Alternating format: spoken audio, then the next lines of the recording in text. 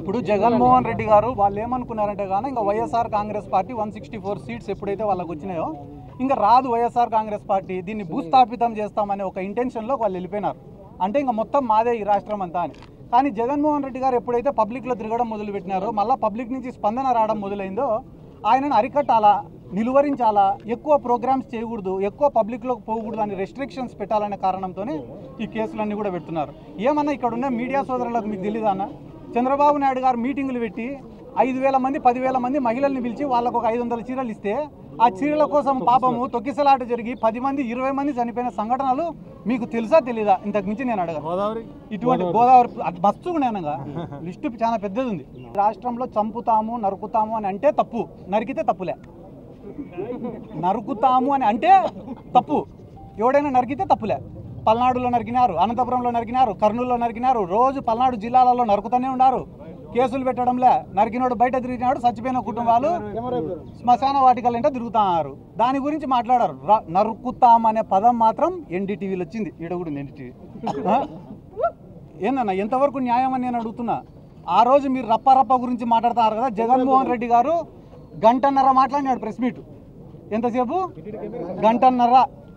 Education system పైన, health system పైన, ఈ రాష్ట్ర ప్రభుత్వం చేస్తున్న అప్పుల పైన, మన కరెంటు ఛార్జీల పెరుగుదల పైన, యువకులు పడుతున్న ఇబ్బందుల పైన, రైతులు పడుతున్న ఇబ్బందుల పైన, గిట్టుబాటు ధరలు లేని విషయం పైన, రైతుల ఆత్మహత్యల పైన, పొగాకు రైతుల సమస్యల పైన, ఇన్ని మిర్చి రైతుల సమస్యల పైన దాదాపుగా గంటన్నర సేపు ప్రెస్ మీట్ పెడితే గంటన్నర తర్వాత మాట్లాడిన రప్పరప్ప ఒకటి లేచింది పైకి.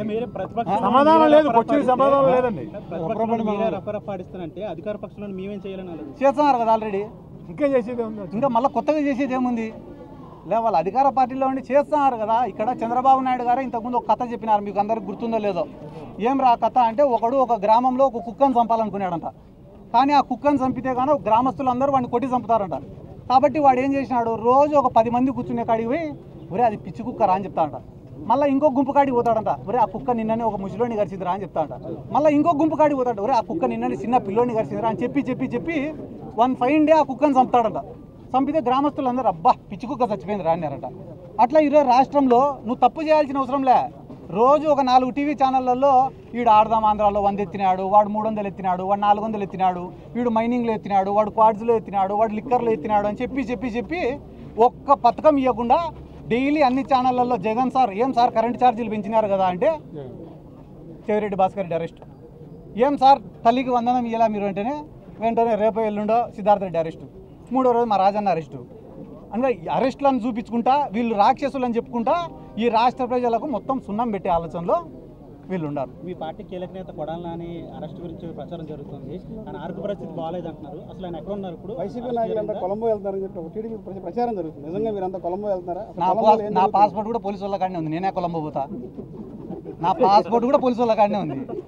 ఇంపాసిబుల్, నేను పోవాలనుకుంటే పోలేను.